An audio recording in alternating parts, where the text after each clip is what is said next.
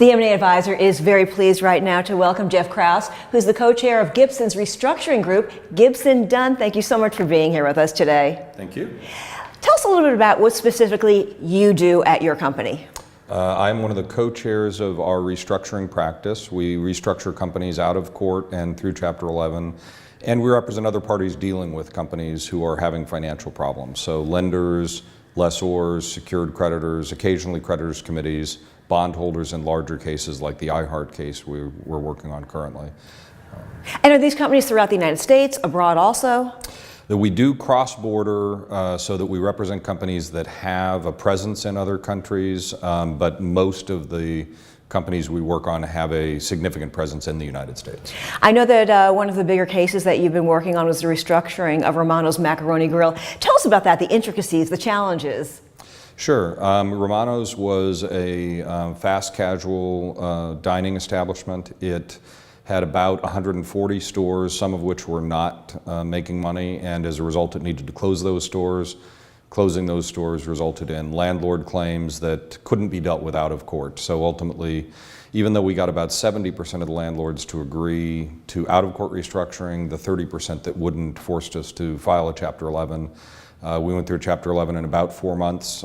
We had some issues with employment litigation type claims trying to block the confirmation, but ultimately confirmed a plan financed by Raven Capital, and they are now out and operating about 90 of the 140 stores they started with. That's wonderful. How does restructuring differ from restaurants, say other sectors? So restaurants are a lot like retail, especially restaurants that lease their premises, in that they have to deal with the landlords and they have to deal with which stores are making money and which stores are not making money. But they're different in a lot of other ways. In the restaurant industry, the suppliers are key and in most cases have to be paid.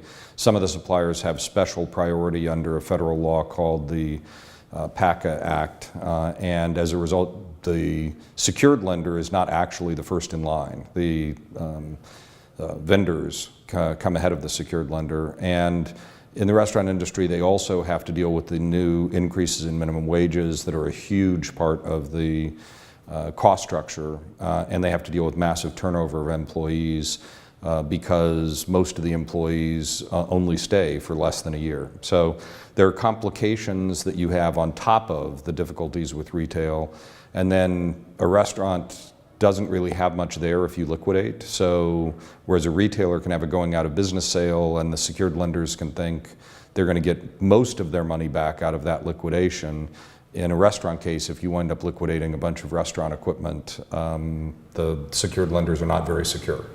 It seems like the larger companies making headlines, of course, are the big names, such as Toys R Us or Claire's or those companies. And we don't read as much about the restaurants. Do the big retail companies outpace restaurant restructuring, or do you expect to see more restaurant restructuring? I think there are more retailers, and the retailers are challenged by the online retail process, which is much less true in the restaurant industry. But there have been a number of significant restaurants that have wound up in Chapter 11 cases. In addition to Romano's last year, Joe's Crab Shack wound up in a bankruptcy proceeding, and Buffets. And so there have been restaurant filings, and I think based on the increases in minimum wages and the fact that the literature all says there are more restaurant seats than there is demand for restaurants, there will be more both out-of-court liquidations and filings in the year to come, I think. A risky time to open a restaurant. Always a risky time to open a restaurant. Tell us, you've spoken to so many other people here at the symposium and you're listening to other panels.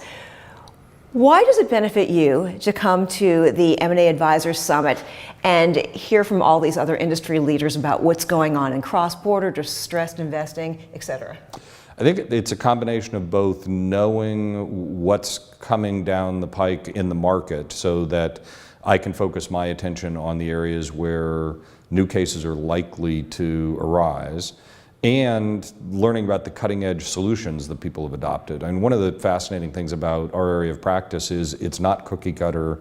The next case is not the same as the last case, and people are constantly coming up with creative solutions, and I'm not above adopting their solutions in my next case if it worked in their last case.